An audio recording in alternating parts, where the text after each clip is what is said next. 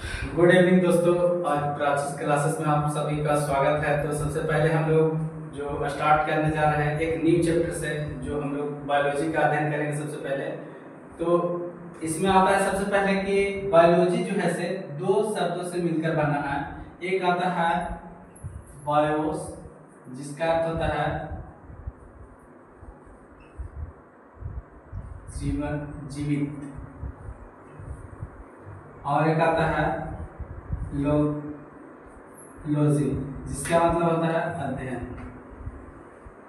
तो जिसमें हम लोग जीवन के बारे में अध्ययन करेंगे उसको बोलते हैं बायोलॉजी।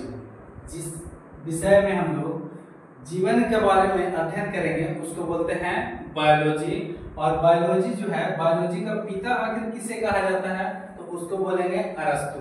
बायोलॉजी का पिता किसे कहा जाता है?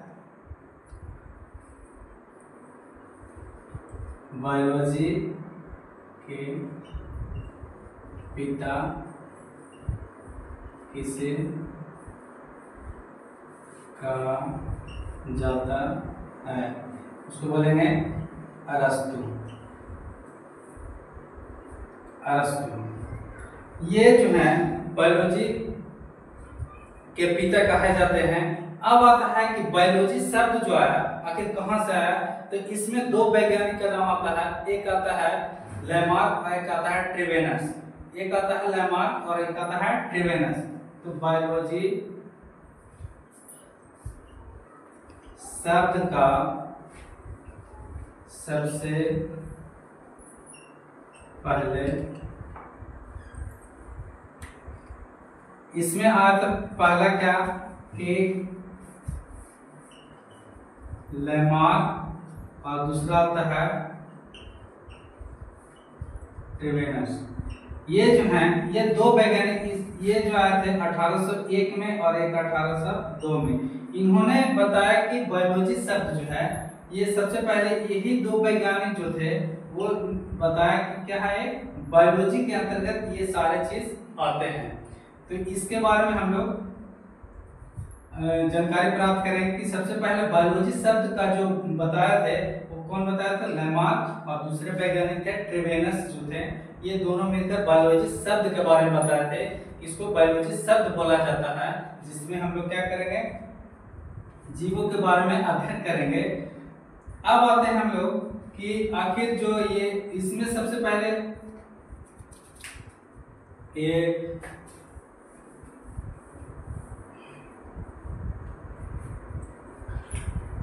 अब आते हैं हम लोग कि सेल। सबसे पहले आते हैं कि बायोलॉजी को दो भागों में बांटा गया है। इसके हम लोग दो भागों में बांट कर पढ़ेंगे। पहला आता है क्या, एक आता है जूलॉजी और दूसरा आता है बॉटनी। जिसमें हम लोग जीवों के बारे में अध्ययन करेंगे उसको बोलते हैं जूलॉजी, और जिसमें हम लोग पेड़ पौधे के बारे में, पादप जगत के बारे में पढ़ेंगे उसको बोलते हैं बॉटनी। तो इसमें जिसमें हम लोग जंतुओं के बारे में अध्ययन करेंगे, और इसमें पेड़ पौधा के बारे में जो अध्ययन करेंगे उसको बोलते हैं बॉटनी। और जिसमें हम लोग जंतुओं के बारे में, जैसे हम लोग जो आए हैं, जो हम लोग का शरीर बना है वो किसमें हम लोग पढ़ेंगे, तो हम लोग जूलॉजी का अध्ययन करेंगे उसमें पढ़ेंगे। और बॉटनी जो आता है, जो पेड़ पौधे पादप जगत जो होता है उसमें हम लोग जो अध्ययन करेंगे पेड़ पौधे के बारे में, तो वो आता है हमारे बॉटनी में आता है। इसकी खोज, इसका जो खोज किया था इसको बोलेंगे जूलॉजी के पिता किसे कहा जाता है, तो अरस्तु बोलेंगे, अरस्तु को। और बॉटनी के पिता किसे कहा जाता है तो उसको बोलेंगे थियोफ्रेस्टस।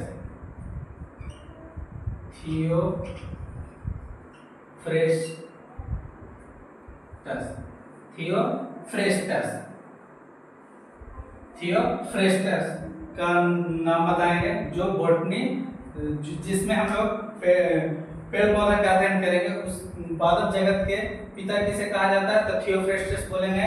और जिसमें हम लोग जूलॉजी का अध्ययन करेंगे, जीवों के जंतुओं के बारे में अध्ययन करेंगे, उसके पिता को कहा जाता है अरस्तु बोला जाता है। अब इसमें जो आते हैं हम लोग कि सबसे पहले जो इसमें पढ़े हैं हम लोग कि सेल के बारे में, सेल के बारे में पढ़ेंगे, जिसका अर्थ होता है कोशिका, जिसका अर्थ होता है मतलब हिंदी शब्द है उसको बोलते हैं कोशिका। सेल इंग्लिश वर्ड हो गया, हमारा जो हिंदी वर्ड होगा कोशिका जिसको बोलते हैं। अब सेल जिसमें हम लोग study of cell, study of जो सेल हम लोग जो करेंगे उसको बोलते हैं साइटोलॉजी, साइटोलॉजी जिसमें हम लोग सेल के बारे में अध्ययन करेंगे उसको बोलते हैं साइटोलॉजी बोला जाता है। तो सबसे पहले अब इसमें देखते हैं हम लोग कि सेल होता क्या है, सेल किस सबसे पहले खोज किसने किया था, किस तरीका से सेल जो हमारे शरीर में होता है उसके आंतरिक संरचना के बारे में, सेल कैसे काम करता है उसके बारे में पढ़ेंगे। तो आइए हम लोग सबसे पहले सेल के बारे में अध्ययन करेंगे।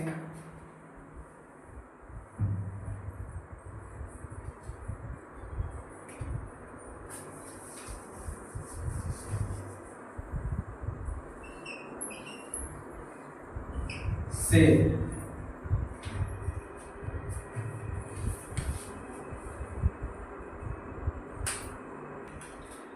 तो हम लोग पढ़ेंगे सेल के बारे में, जिसको हिंदी अर्थ होता है कोशिका, कोशिका। अब सेल का सबसे पहले जो खोज हुआ था, सेल का सबसे पहले आखिर सेल होता क्या है उसके बारे में पढ़ेंगे, बाद में उसके बारे में पढ़ेंगे कि जो कौन सा वैज्ञानिक कहते हैं। सेल जो होता है एकदम इतना सिस्टम होता है जो हमारे शरीर के क्या होता है संरचनात्मक और क्रियात्मक इकाई बोला जाता है। तो सेल आखिर आपसे पूछा जाएगा कि सेल किसे कहा जाता है, तो सेल जो होता है, कोशिका जो होता है, हमारे शरीर का एक मूलभूत इकाई है जो हमारे संरचनात्मक और क्रियात्मक इकाई को बनाने में मदद करता है। जो हमारा ये बॉडी बना हुआ पूरे हमारे सेल से ही बना हुआ है। तो सेल का सबसे पहले खोज किया था किसने, तो रॉबर्ट हुक।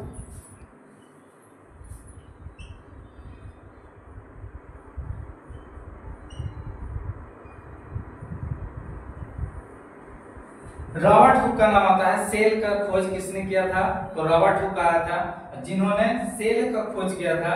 और उसमें ये भी था जो क्या था, तो मृत सेल, मृत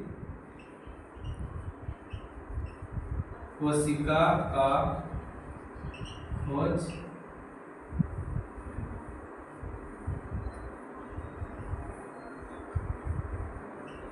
रॉबर्ट हुक।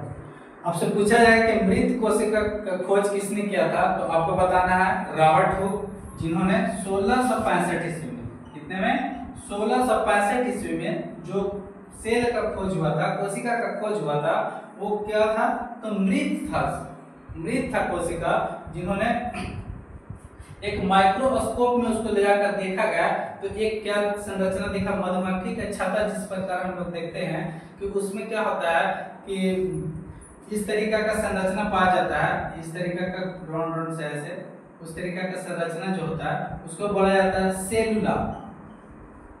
सेलुला होता है जो एक क्या होता है जिसको बोला जाता है वैकेंट एरिया। सेलुला का मतलब होता है वैकेंट एरिया, जो क्या होता है जिस तरीका से एक मधुमक्खी के कॉर्क को, मधुमक्खी के कॉर्क को एक स्लाइड काटने के बाद उसको माइक्रोस्कोप में जब हम लोग देखेंगे तो इस तरीका का संरचना नजर आता है। इस तरीका से हमारा जो मृत सेल का जो खोज हुआ था वो मृत था पहले, ठीक है। तो सेल का खोज भी पूछेगा आपसे कि सेल का खोज किसने किया था, तभी रॉबर्ट हुक होगा।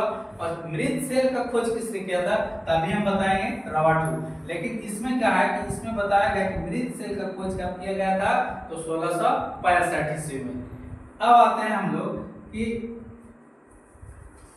जो सेल होता है, आखिर सेल जो है सबसे बड़ा सेल किसे कहा जाता है, तो सबसे जो बड़ी कोशिका होती है वो होता है शुतुरमुर्ग का अंडा। आपसे पूछा जाएगा क्या कि सबसे बड़ी कोशिका का नाम बताइए, सबसे बड़ी कोशिका, सबसे बड़ी कोशिका जो होता है वो होता है शुतुरमुर्ग, ऑस्ट्रिच एग, शुतुरमुर्ग का अंडा, शुतुरमुर्ग का अंडा। ये जो होता है ये सबसे बड़ी कोशिका होता है और सबसे छोटी कोशिका आपसे पूछा जाएगा।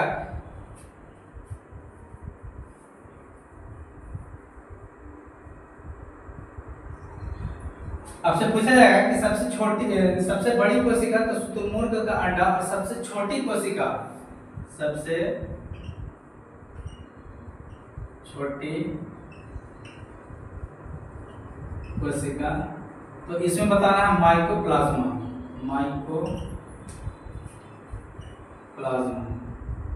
माइकोप्लाज्मा इतने सूक्ष्म होता है जिसे हमें नंगी आंखों से नहीं देख सकते हैं। तो आपसे पूछा जाएगा कि सबसे बड़ी कोशिका क्या है, तो शुतुरमुर्ग का अंडा। सबसे छोटी कोशिका क्या है, तो ये क्या होता है, माइकोप्लाज्मा। अब आते हैं मानव शरीर में, आते हैं कि मानव शरीर में आखिर सबसे बड़ी कोशिका क्या होता है, तो उसके बारे में पढ़ेंगे हम लोग कि मानव में पढ़ेंगे कि मानव में जो होता है सबसे बड़ी कोशिका, सबसे बड़ी मानव में सबसे बड़ी कोशिका किसे कहा जाता है, तो वो बोला जाता है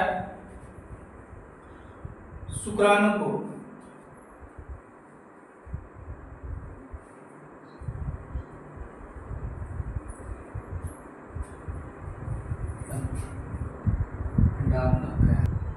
तो मानव शरीर में आपसे पूछेगा कि सबसे बड़ी कोशिका किसे कहा जाता है, तो इसमें बताना है अंडाणु। अंडाणु को बोला जाता है सबसे बड़ी कोशिका जो होता है ओवम होता है, ओवम को बोला जाता है। इसका हिंदी अर्थ होता है क्या, तो अंडाणु बोला जाता है। अब इसमें आता है क्या, सेकंड में सबसे बड़ी कोशिका होगा तो सबसे छोटी भी कोशिका होगी। सबसे छोटी कोशिका इसमें होता है क्या, शुक्राणु। शुक्राणु को बोला जाता है, जिसे बोला जाता है इंग्लिश वर्ड होता है स्पर्म। स्पर्म को, शुक्राणु को बोला जाता है क्या, तो मानव शरीर में सबसे छोटी कोशिका किसे बोला जाता है, तो शुक्राणु को। और सबसे बड़ी कोशिका किसे बोला जाता है, तो अंडाणु को बोला जाता है। अब आता है एक बड़ी और छोटी हो गया। अब आते हैं कि मानव शरीर में जो सबसे लंबी कोशिका होता है उसको क्या बोला जाता है, तो इसमें लिखेंगे हम लोग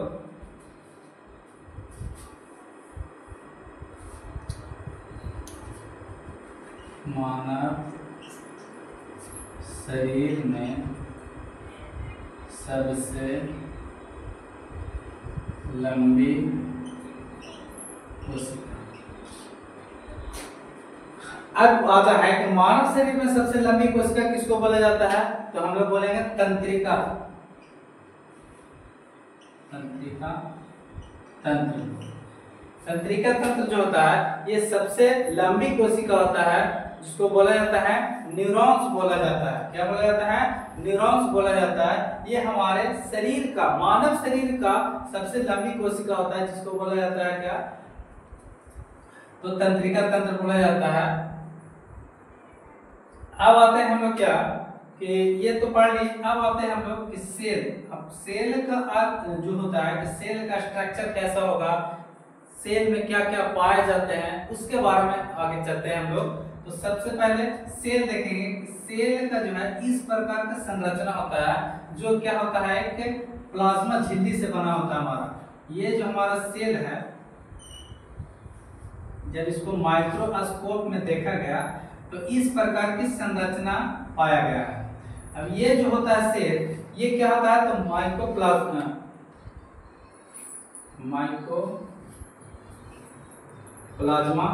से बना रहता है। अब ये जो होता है माइक्रोप्लाज्मा से बना रहता है सेल। अब ये है क्या कि एक जीवित कोशिका है। अब जीवित कोशिका का खोज किसने किया था, अब इसमें लिखेंगे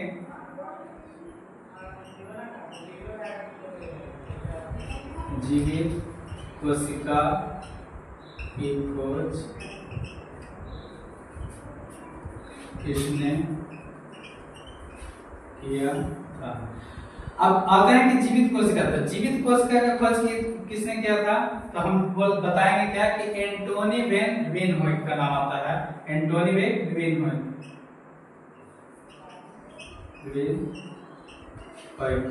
ल्यूवेनहाइट का नाम आता है, जिन्होंने जीवित कोशिका का खोज किया था। उसके बाद एक और वैज्ञानिक जो आए थे,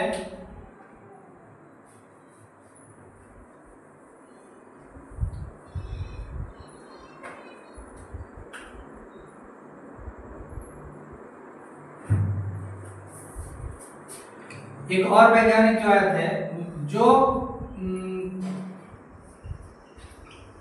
कोशिका का सिद्धांत। अब कोशिका का सिद्धांत जो है किस वैज्ञानिक दिए थे, तो इसमें आता है दो वैज्ञानिक के नाम, एक आता है स्लाइडेन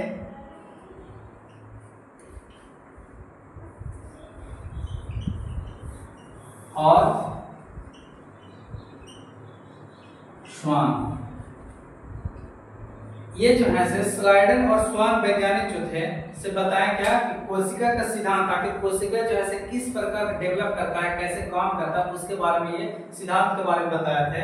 तो अब हम लोग पढ़ेंगे क्या कि सेल का जो आंतरिक संरचना होता है, जो इंटरनल जो संरचना, उसके बारे में अध्ययन करेंगे। तो सेल जो होता है इस प्रकार की संरचना पाया गया, जब उसको माइक्रोस्कोप में देखा गया तो इस प्रकार का संरचना पाया गया, जो एक क्या होता है, झिल्ली से बना होता है। और कौन सा झिल्ली होता है, तो ये जो होता है प्लाज्मा झिल्ली से बना होता है। अब इसमें आते हैं क्या कि सबसे पहले आता है इसमें माइटोकॉन्ड्रिया के हम लोग बारे में पढ़ेंगे कि माइटोकॉन्ड्रिया आखिर होता क्या है, माइटोकॉन्ड्रिया किस चीज का निर्माण करता है, उसके बारे में अध्ययन करेंगे। तो माइटोकॉन्ड्रिया का खोज सबसे पहले आता है कि माइटोकॉन्ड्रिया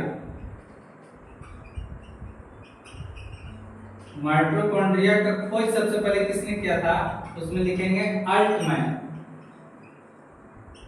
अल्टमैन नामक वैज्ञानिक जो थे सब माइटोकॉन्ड्रिया का खोज किए थे।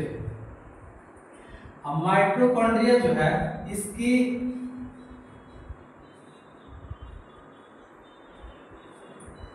यहाँ पे देखेंगे कि सेल की ऊर्जा गृह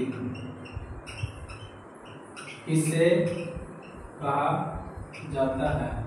अब आता है कि जो सेल है, सेल का आखिर ऊर्जा गृह, ये ऊर्जा निर्माण करने का काम करता है। तो सेल का ऊर्जा गृह किसे कहा जाएगा, तो इसमें भी लिखेंगे माइटोकॉन्ड्रिया। माइटोकॉन्ड्रिया को कहा जाता है। ये जो होता है इसकी आंतरिक संरचना, इंटरनल संरचना जो होता है, तो जब इसको देखा गया किस तरीके का माइक्रोस्कोप में, तो इस प्रकार का संरचना नजर आया। और इसके अंतर, इसके इंटरनल जो पार्ट्स है उसमें इस तरीके का संरचना नजर आया। इसको बोलते हैं क्या, क्रिस्टस बोला जाता है। इसको बोलते हैं क्रिस्टस, क्रिस्टस बोला गया, इसको बोलते हैं क्रिस्टल। जिस प्रकार जैसे ही हम लोग क्या करते हैं, ऑक्सीजन का श्वसन करते हैं, जब श्वसन प्रक्रिया हमारे बॉडी में होता है तो सबसे पहले ऑक्सीजन जो है कहा जाता है तो हमारे माइटोकॉन्ड्रिया में जाता है। माइटोकॉन्ड्रिया वहां पे जाने के बाद इसमें एक प्रकार का जो ये क्रिप्स साइकिल चलता है, क्रिप्स साइकिल जो चलता है, इसके द्वारा क्या होता है, तो एटीपी का निर्माण होता है। जो क्रिप्स साइकिल चलता है उसमें क्या होता है, तो एटीपी का निर्माण होता है। अब एटीपी क्या होता है, तो एटीपी का पूरा नाम क्या होता है, एड्रेनोसिन ट्राइफॉस्फेट। एटीपी का निर्माण होता है। और वो एटीपी कितना होता है, तो 38 एटीपी होता है, जो क्या करता है, एक एटीपी इज इक्वल टू कितना होता है, एक एटीपी जो है से 4.2 कैलोरी का ऊर्जा प्राप्त कराता है। और हमारे शरीर में जो है से कम से कम तो 25 कैलोरी ऊर्जा जरूरी होता है। तो आपसे पूछा जाएगा कि एटीपी का पूरा नाम क्या होता है, तो एड्रेनोसिन ट्राइफॉस्फेट उसका पूरा नाम होता है। जिन्होंने अल्टमैन नामक वैज्ञानिक ने माइटोकॉन्ड्रिया का खोज किया था। और ये इंटरनल माइटोकॉन्ड्रिया का इंटरनल ये संरचना है जो इसका जो क्रिस्टस बोला जाता है, इसके आंतरिक ये जो आंतरिक संरचना है उसको बोला जाता है क्रिस्टस। और इसमें क्या होता है, तो एक क्रिप्स साइकिल जो चलता है, जिससे क्या होता है, तो ऊर्जा का निर्माण होता है और वो ऊर्जा हमें प्राप्त होता है एटीपी के रूप में। और एटीपी जो है यहाँ पे 38 एटीपी का निर्माण होता है, जो एक एटीपी 4.2 कैलोरी ऊर्जा प्राप्त करवाता है। और कम से कम हमारे शरीर में कितना कैलोरी चाहिए, तो 25 कैलोरी चाहिए, जो हमारे शरीर के लिए जरूरी होता है। अब आते हैं कि यहाँ पे जो है माइटोकॉन्ड्रिया तो हमारा ऊर्जा को बना दिया। अब ऊर्जा तो बना दिया, अब ऊर्जा बना दिया तो हमारे पूरे शरीर में भी तो जाना चाहिए। उसके लिए आया क्या, गोल्जी कार्य। अब आता है क्या, गोल्जी कार्य।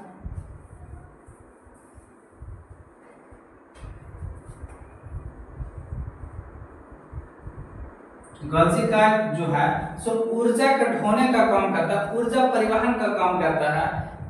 जिस तरीके से पादप जगत में आप लोग पढ़िएगा कि जो होता है फ्लोएम जो क्या करता है कि जब पेड़ पौधे में फोटोसिंथेसिस का जब प्रक्रिया चलता है, उस समय जो फ्लोएम होता है पूरे पार्ट्स में भोजन पहुंचाने का काम करता है। उसी प्रकार जो है से हमारा गोल्जी कार्य करता है कि जो गोल्जी कार्य होता है वो हमारे पूरे शरीर में क्या करता है, तो हमारे ऊर्जा को ढोने का काम करता है। यही काम होता है क्या, हमारा गोल्जी कार्य का। अब आते हैं क्या, यहाँ पे जो इस प्रकार एक जिग-जैग टेढ़े-मेढ़े जो होता है, इस प्रकार का संरचना होता है, जिसको बोलते हैं क्या, इंडोप्लाज्मिक रेटिकुलम होता है।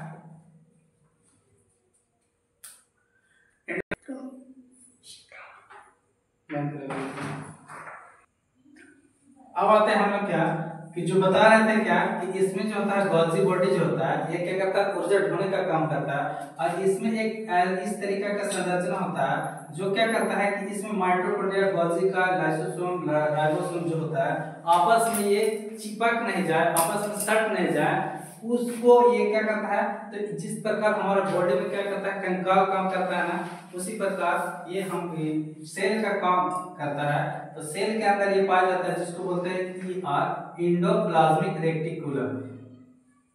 इंडोप्लाज्मिक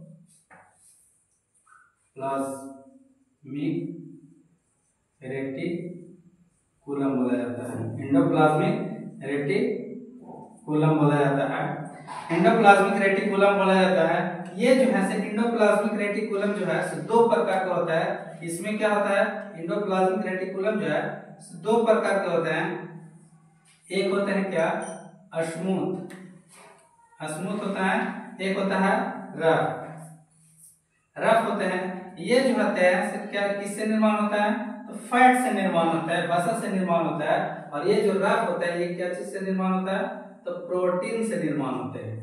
ये जो स्मूथ होता है ये किससे होता है निर्माण, तो फैट से, और रफ जो है वो प्रोटीन से निर्माण होता है।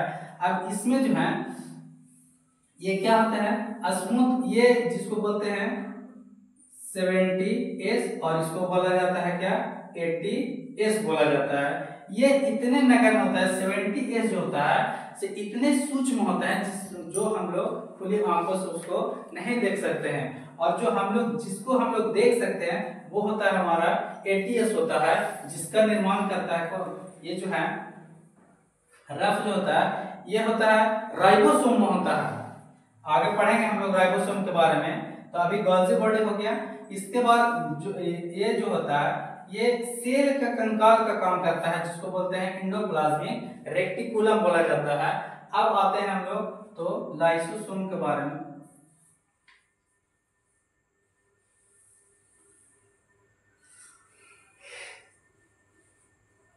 अब आते हैं हम लोग गोल्जी का जो था ये क्या करता था, तो प्रोटीन का ढोने का ऊर्जा को ढोने का काम कर रहा था। अब आते हैं हम लोग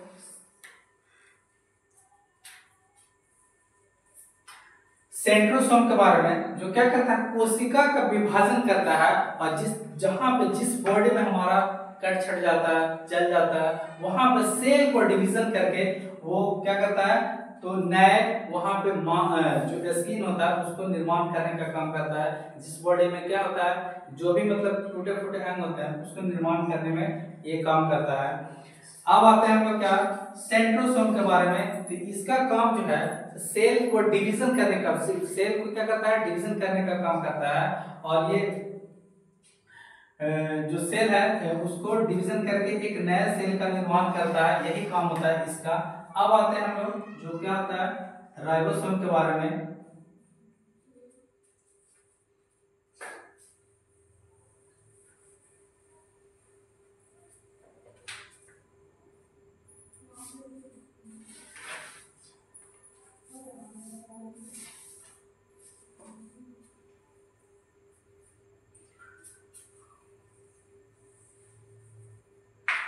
राइबोसोम का वही काम है जो जो इसमें पाया जाता है, एटीएस में पाया जाता है। ये क्या करता है, प्रोटीन्स का निर्माण करता है। उसके बाद आते हैं हम लोग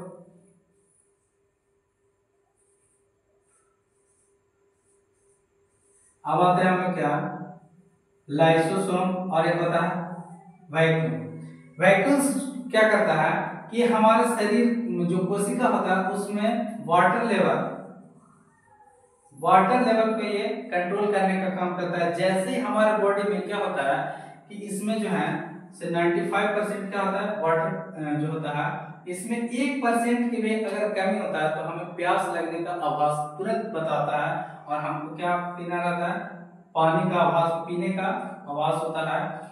तो ये किसका काम होता है, व्हीकल्स का काम होता है जो वाटर लेवल का कंट्रोल करने का काम करता है। किसमें, तो हमारा सेल में जो है से वाटर लेवल का कंट्रोल किसका काम है ये, तो हमारा व्हीकल्स बोला जाता है। अब आता है लाइसोसोम। अब लाइसोसोम क्या होता है कि हमारे शरीर में जो है आत्महत्या की थैली बोला जाता है इसको, आत्महत्या का थैली इसे कहा जाता है। तो हम लोग बोले क्या, लाइसोसोम को बोलेंगे। लाइसोसोम जो होता है ये क्या होता है, इसमें एक प्रकार का क्या पाया जाता है, तो अम्ल पाया जाता है, एसिड पाया जाता है जो क्या करता है कि ये अपने जो अम्ल होता है ये क्या करता है, तो इसमें जितना भी जो पाया जाता है एक्स्ट्रा उसको क्या करता है, तो मारने का काम करता है। अब इसमें क्या होता है कि इसमें एक प्रकार का लिक्विड पाया जाता है जिसको बोलते हैं हम लोग जीव द्रव। इसमें इस प्रकार का क्या पाया जाता है,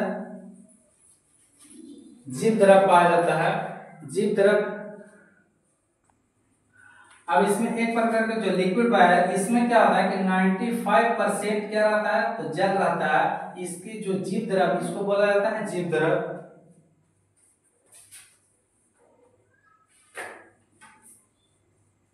जीव द्रव की खोज, जीव द्रव आया था, तो जीव द्रव की खोज किसने किया था, तो इसको बताएंगे पुरकिंजे। पुरकिंजे नामक वैज्ञानिक जो थे उन्होंने सेल जीव द्रव की खोज किया था जिसमें क्या होता है, तो 90% क्या होता है, तो जल पाया जाता है।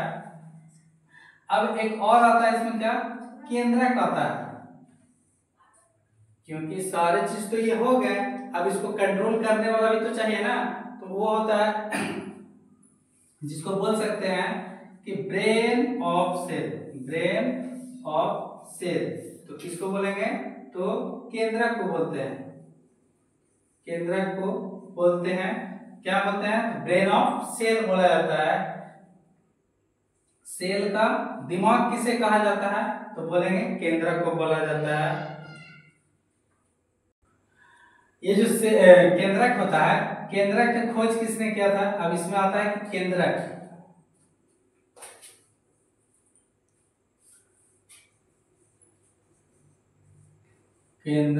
की खोज किसने किया था, तो केंद्रक का खोज किसने किया था, तो रॉबर्ट ब्राउन ने, रॉबर्ट ब्राउन रॉबर्ट ब्राउन ने एक कोशिका का खोज किया था। इसमें क्या होता है, ये जो केंद्रक है इसमें क्या पाया जाता है, तो डीएनए पाया जाता है। इस आपसे पूछा जाएगा कि डीएनए कहाँ पे पाया जाता है, तो हमारा बताना पड़ेगा क्या कि जो सेल का केंद्रक जो होता है, केंद्रक में डीएनए पाया जाता है, डीएनए। और डीएनए का पूरा नाम क्या होता है, डीऑक्सी राइबो न्यूक्लिक एसिड। क्या बोला जाता है, डीऑक्सी न्यूक्लिक एसिड। ये जो है से डीएनए कहाँ पाया जाता है, तो हमारा केंद्रक में पाया जाता है। केंद्रक का खोज किसने किया, तो रॉबर्ट ब्राउन ने किया। तो रॉबर्ट ब्राउन ने किया। आज तक इतना ही रखते हैं, इसके आगे हम लोग नेक्स्ट क्लास में पढ़ेंगे। अच्छा लगे तो सब्सक्राइब कीजिएगा और कहीं पे भूल चूक हो गए तो माफ करने का काम कीजिएगा। धन्यवाद।